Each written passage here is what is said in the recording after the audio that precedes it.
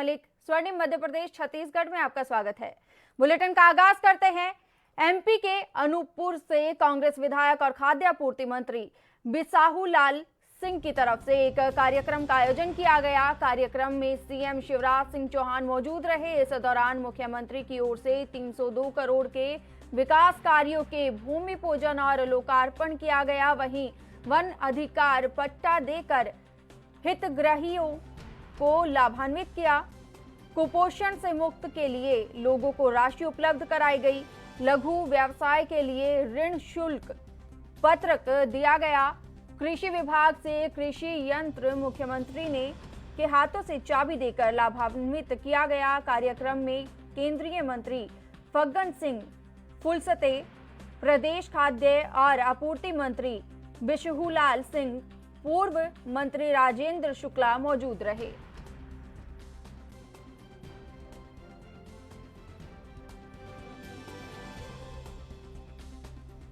आपको बता दें कि मध्य प्रदेश के अनूपपुर से कांग्रेस विधायक और खाद्य आपूर्ति मंत्री बिसाहू लाल सिंह की तरफ से एक कार्यक्रम का आयोजन किया गया। कार्यक्रम में सीएम शिवराज सिंह चौहान मौजूद रहे। इस दौरान मुख्यमंत्री की ओर से 302 करोड़ रुपए के विकास कार्यों के भूमि पूजन और लोकार्पण किया गया। वहीं वन अधिकारी पट्टा देकर हितग्राहियों को लाभान्वित किया गया। कुपोषण से मुक्ति के लिए लोगों को राशि उपलब्ध कराई गई। लघु व्यवसाय के लिए ऋण शुल्क पत्रक दिया गया।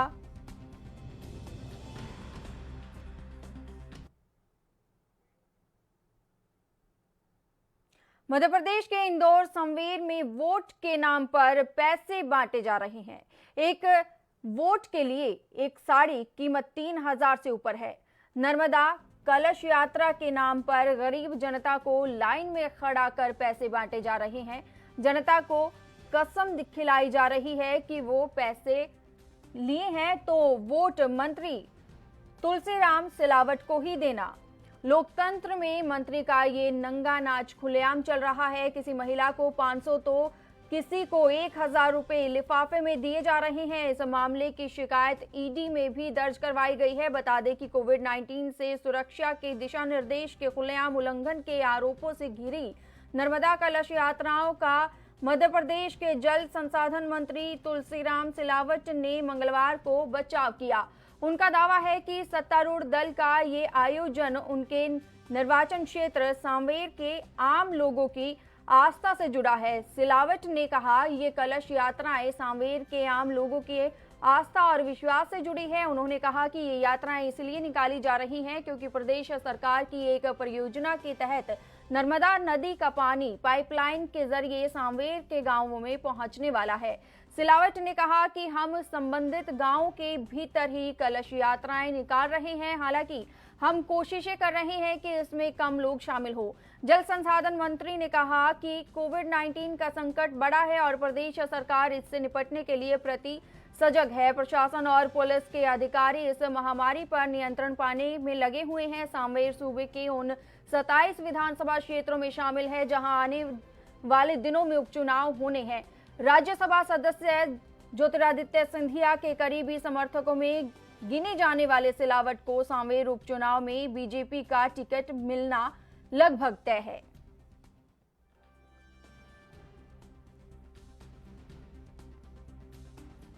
आपको बता दें कि मध्य प्रदेश के इंदौर में सांवेर में वोट के नाम पर पैसे बांटे जा रहे हैं।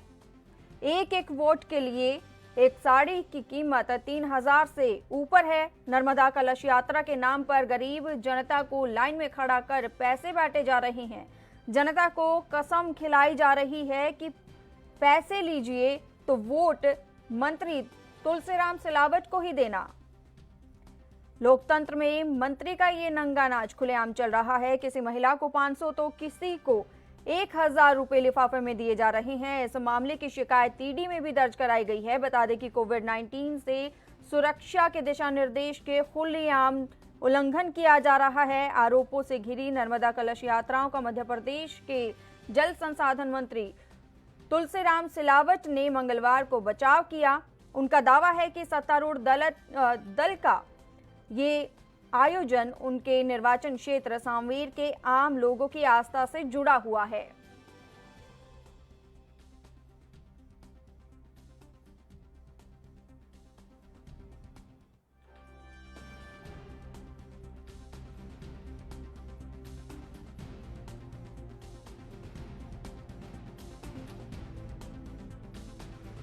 के लिए सुनील मालवीय हमारे साथ फोन लाइन पर जुड़े हैं। सुनील मालवीय, आपसे जानना चाहेंगे, तुलसीराम सिलावट पर आरोप लग रहे हैं कि वो वोट बैंक की राजनीति कर रहे हैं। जी देखिए सलोनी, मैं आपको बता दूं, मध्य प्रदेश में हाल ही में 27 विधानसभा पर उपचुनाव होना है, तो उपचुनाव को लेकर आरोप प्रत्यारोप का दौर लगातार जारी है। क्योंकि मध्य प्रदेश में जो चुनाव होना है 27 विधानसभा पर, इसमें तुलसीराम सिलावट पर कांग्रेस ने आरोप भी लगाया है। और कांग्रेस का आरोप है कि जो तुलसीराम सिलावट है, जो गरीबों बस्तियों में कांग्रेस की जो नर्मदा की कलश यात्रा के बहाने अपनी काली कमाई के थैले का जो मुंह खोल दिया है। मंत्री सिलावट का इतिहास है कि कभी भी किसी को एक कप चाय भी अपने राजनीतिक कार्यकाल में उन्होंने नहीं पिलाई, लेकिन अब एक कलश यात्रा निकाल रहे हैं और जो नारियल 160 रुपए का और साड़ी की जो कीमत है 350 रुपए की, तो कहीं ऐसे जो लुभावने जो ऑफर ये जो कलश यात्रा के बहाने एक चुनाव की जो तैयारी कर रहे हैं। जी, ऐसे में ईडी में भी ये शिकायत दर्ज की गई है, क्या कोई अभी तक कार्रवाई की गई है?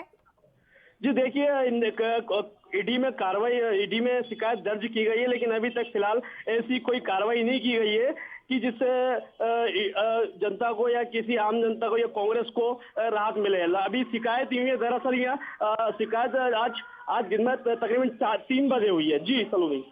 सुनील मालवीय, बहुत बहुत धन्यवाद हमारे साथ जुड़ने के लिए और ये तमाम जानकारी देने के लिए।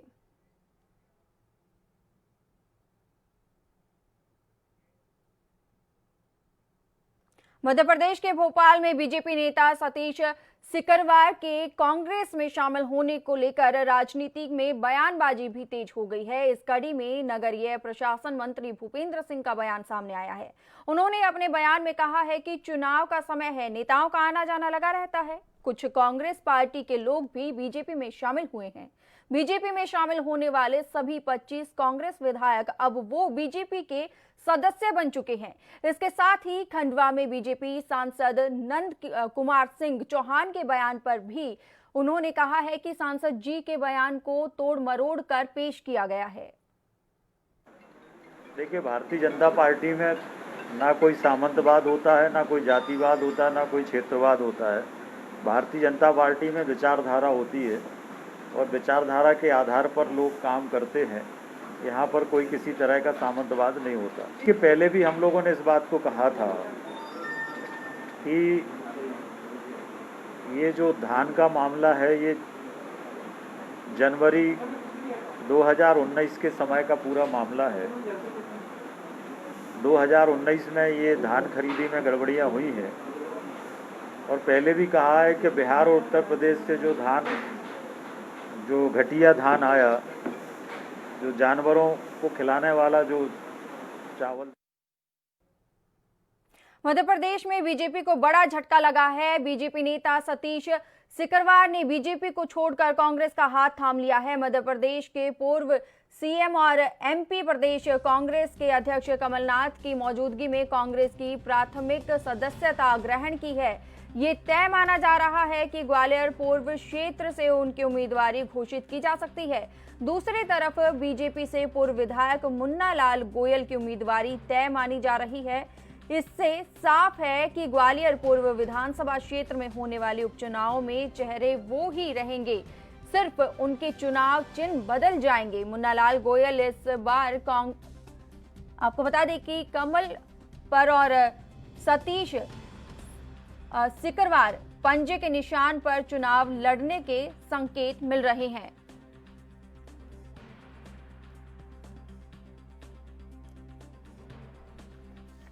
आपको बता दें कि मध्य प्रदेश में बीजेपी को बड़ा झटका लगा है।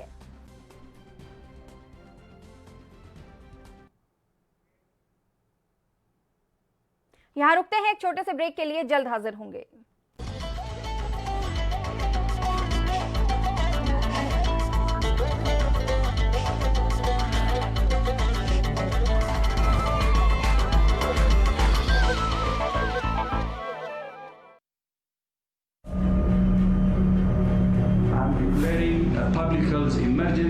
international concern over the global outbreak of novel coronavirus. Bharat की कोरोना वायरस से जंग।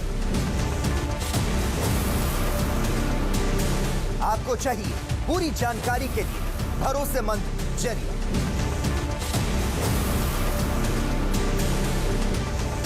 जानकारी जो अफवाहों पर ना हो। 24 घंटे 7 दिन लगातार सिर्फ ANB न्यूज पर। सबसे अलग अंदाज, हम बनेंगे आपकी आवाज, सवालों की धार, खबरों की बौछार, सिर्फ मेरे साथ ANB न्यूज पर।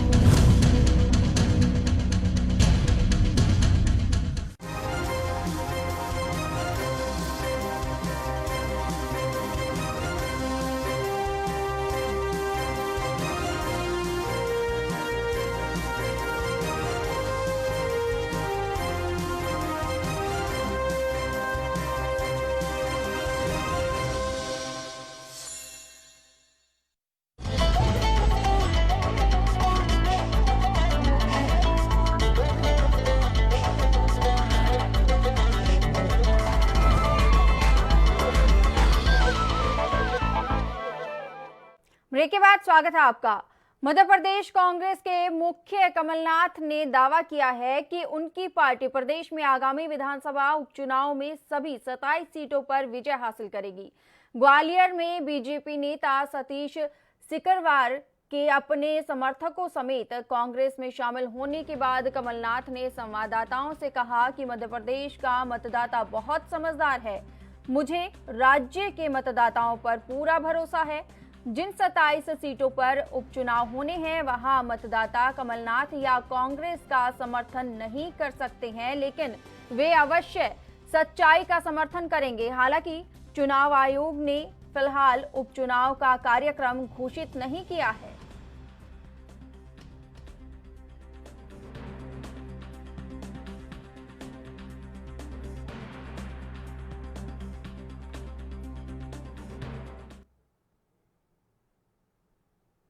बिहार में विधानसभा चुनाव से पहले पार्टियां लगातार वर्चुअल रैली में लगी हुई है। पिछले दिनों नीतीश कुमार की अगुवाई में जेडीयू ने आधिकारिक रूप से चुनावी शंखनाद किया, तो वहीं कांग्रेस भी लगातार क्रांति सम्मेलन के जरिए चुनावी अलख जगाने में लगी हुई है। कांग्रेस बिहार क्रांति सम्मेलन के दूसरे दिन दिग्गज नेता दिग्विजय सिंह सम्मेलन से जुड़े। दिग्विजय सिंह ने संबोधन के दौरान कहा कि ईश्वर रामविलास पासवान को सद्बुद्धि दे कि वो कांग्रेस के साथ आए, एनडीए का साथ छोड़ें। अवसरवाद का जीता जागता उदाहरण नीतीश कुमार हैं। उनके लिए कुछ नहीं, बस कुर्सी ही अहम है। बता दें कि मध्य प्रदेश के पूर्व मुख्यमंत्री और राज्यसभा सांसद दिग्विजय सिंह ने आज बिहार प्रदेश कांग्रेस कमेटी की ओर से शिवहर में आयोजित पहली वर्चुअल रैली बिहार क्रांति सम्मेलन को मुख्य वक्ता के रूप में संबोधित किया।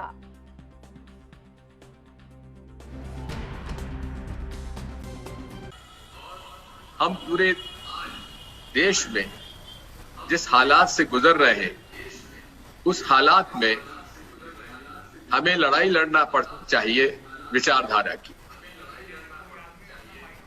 बिहार के माननीय मुख्यमंत्री श्री नीतीश कुमार जी, ये माननीय जयप्रकाश नारायण जी के जो संपूर्ण क्रांति का एक अभियान चला था, देश में आदर्श राजनीति लाने का, एक क्रांतिकारी परिवर्तन लाने का, उसकी उपज है।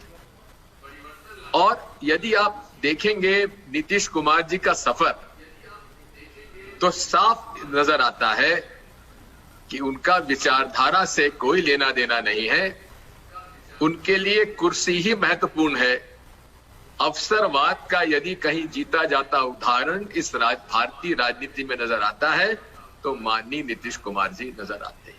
हमें प्रजातंत्री व्यवस्था को बचाना है, लोकतंत्र को बचाना है और सांप्रदायिक सद्भाव बिहार जैसे राज्य में कायम करना है, तो केवल एकमात्र विकल्प है भारतीय कांग्रेस पार्टी का साथ दें और उनके साथ आरजेडी और जो बाकी अन्य पार्टियां जो है अलायंस, वो साथ में लें और मैं कहता हूं ईश्वर सद्बुद्धि दे रामविलास पासवान को, चिराग पासवान को, कि वहां से वो निकले और सही जो क्रांति के रूप में, एक क्रांतिकारी के रूप में राहुल गांधी जी उभर कर सामने आए। सोनिया गांधी जी का आशीर्वाद को मिला, सबका मिला हुआ, और पूरे देश के कांग्रेस जन उनके साथ खड़े हुए, वो कांग्रेस के साथ आए और नीतीश कुमार जैसे अवसरवादी राजनेता को हराए, भारतीय जनता पार्टी जैसे सांप्रदायिक शक्ति को हराए। ये मेरी आपसे प्रार्थना है। शिवहर और सीतामढ़ी के सभी कार्यकर्ताओं से मेरे हार्दिक धन्यवाद।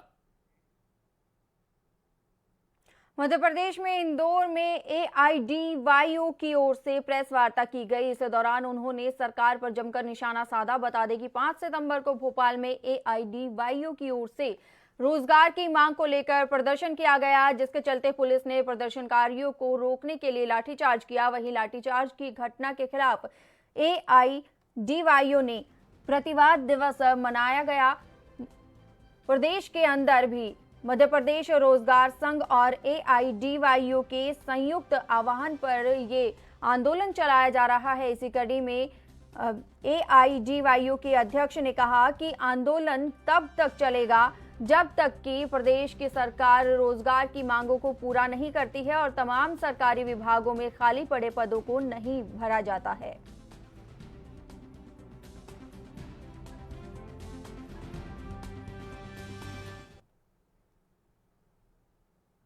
छत्तीसगढ़ के बलरामपुर जिले से डरा देने वाली खबर सामने आई है, जहां पर राजपुर विकासखंड के ग्राम पंचायत धंधापुर से लगे छिंदिया डांज मार्ग में महानदी पर बना पुल टूटा हुआ है।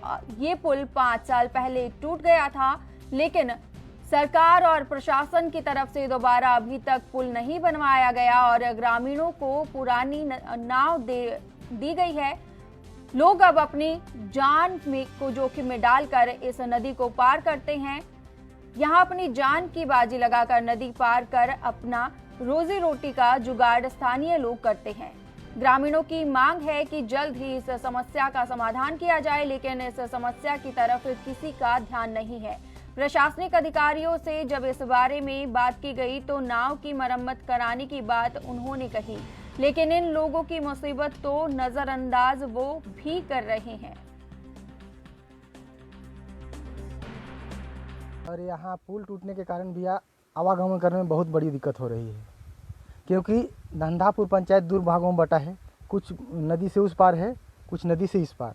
अभी बरसात के मौसम में अगर राशन पानी लेना हो तो इधर से इस पार से उस पार ले जाने में बहुत भारी दिक्कत है, क्योंकि यहाँ से अगर घूमते भी हैं हम लोग तो कम से कम 25-30 किलोमीटर की घूमना पड़ेगा बगल से, क्योंकि यहाँ पर सामने आने जाने में भाई नाव में आदमी अपने जान को जोखिम में लेकर कहीं पार हो रहा है। बहुत बड़ी इसको भाई हम समस्या मानते हैं, क्योंकि पुल अभी कम से कम टूटे हुए 5-7 साल से कम नहीं हो रहा है। तो हम लोग भाई शासन प्रशासन से भाई मांग ही कर रहे हैं। बहुत समस्या है, बड़ बीमार होते हैं तो दिन में नाव चलता है, उस समय पर तो पार हो जाते हैं कोई तरह से, कम नदी रहता है तो। और नदी जब कम माने बाढ़ ज़्यादा रहता है तो उस समय पर कोई अलाउ नहीं, सब हर तरह से कोई बीमार अगर पड़ गया तो हम लोग तड़प के मर रहे हैं लोधी डांड में। कोई विकास नहीं, रोड भी नहीं है, पानी पीने का साधन नहीं है, नदी का पानी हीढ़ा पी के जी पार हो रहा है।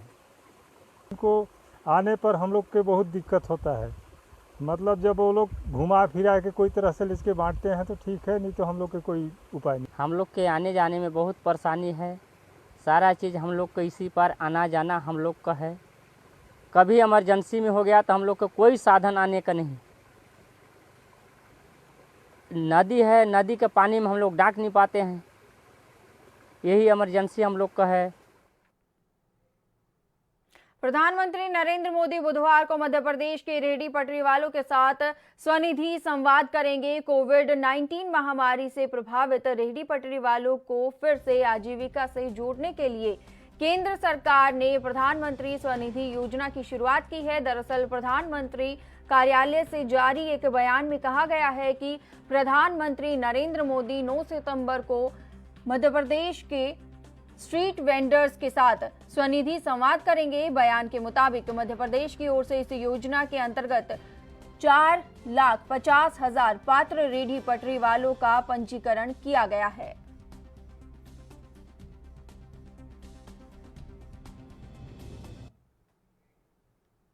छत्तीसगढ़ के कांकेर के तमाम अंचलों से आए पत्रकारों के कलेक्टर के एल चौहान के खिलाफ मौन रैली निकाली है। दरअसल कोरोना के कहर को देखते हुए एक पत्रकार ने कोरोना को कैसे रोका जाए इसे लेकर पिछले दिनों एक समाचार प्रकाशित किया था। इस खबर को सोशल मीडिया में डाल दिया गया। खबर को पढ़ते ही कलेक्टर आग बबूला हो गए। उन्होंने पत्रकार के खिलाफ सोशल मीडिया में अमर्यादित शब्दों का इस्तेमाल किया, जिसका विरोध सोशल मीडिया में हुआ। विरोध इतना बढ़ गया कि पत्रकारों ने सड़क पर उतरकर आंदोलन कर दिया। उन्होंने आगे ये भी कहा कि तत्काल कलेक्टर को हटाया जाए। कलेक्टर को नहीं हटाए जाने की स्थिति में पत्रकारों ने उग्र आंदोलन करने की चेतावनी भी दी है।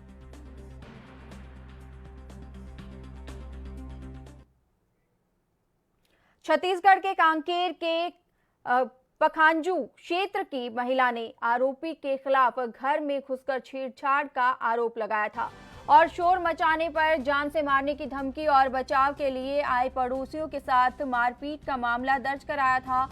वहीं पीड़िता की रिपोर्ट पर पुलिस ने आरोपी के खिलाफ मामला दर्ज कराया था और पुलिस ने मामला दर्ज किया और आरोपी की तलाश में जुट गई थी। वहीं अब पुलिस ने आरोपी को गिरफ्तार कर न्यायिक रिमांड पर भेज दिया गया है और आगे की कार्रवाई में जुट गई है।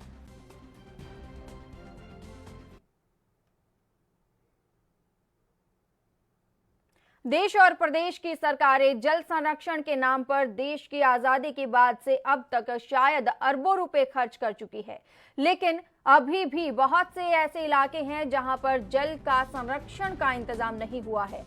ऐसा ही एक मामला एमपी के चित्रकूट में सतना जिले के बटोही गांव से सामने आया है, जहां 20 साल से करोड़ों रुपए खर्च करने के बाद भी आज तक सतना के निवासी नर्मदा नदी के पानी को पीने के लिए अब तक तरस रहे हैं। वहीं दूसरी तरफ सरकारें और नेताओं की वादाखिलाफी से परेशान होकर दशकों से पानी की एक एक बूंद को तरसने वाले आदिवासियों ने आत्मनिर्भर होने की एक ऐसी मिसाल पेश की है जिसे देखकर शासन प्रशासन भी एक बार सर झुका लेगा। बता दें कि मासूमों ने अपने अपने माता पिताओं के साथ मिलकर एक ऐसे बांध का निर्माण किया है जिसमें ठहरा पानी क्षेत्र में हजारों आदिवासियों के साथ ही जंगली जानवरों और पक्षियों की न सिर्फ प्यास बुझाएगा बल्कि रबी की फसल की पूरी खेती भी इस पानी से हो सकेगी। दरअसल कुछ युवा समाज सेवी इन ग्रामीणों की मदद के लिए आगे आए और इन्हें प्रोत्साहित किया, जिसके बाद आदिवासियों ने बारिश का पानी जमा करने की ठान ली और उन्होंने 5 फीट का एक ऐसा डैम बना डाला जिसमें इतना पानी ठहर गया जो आने वाले 6 महीने तक ग्रामीणों को पीने के संकट से पानी से बचा सकता है।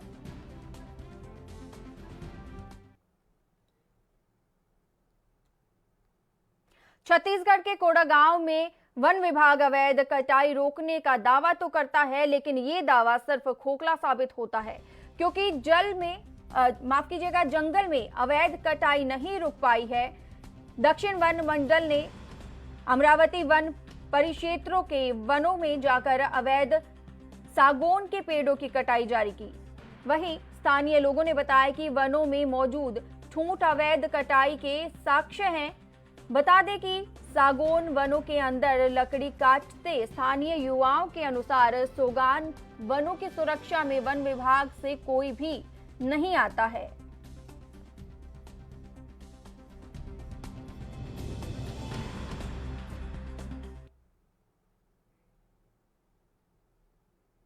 स्वर्णिम मध्य प्रदेश छत्तीसगढ़ में मेरे साथ इतना ही। देश और दुनिया की तमाम खबरों के लिए बने रहिए एएनबी न्यूज के साथ। नमस्कार।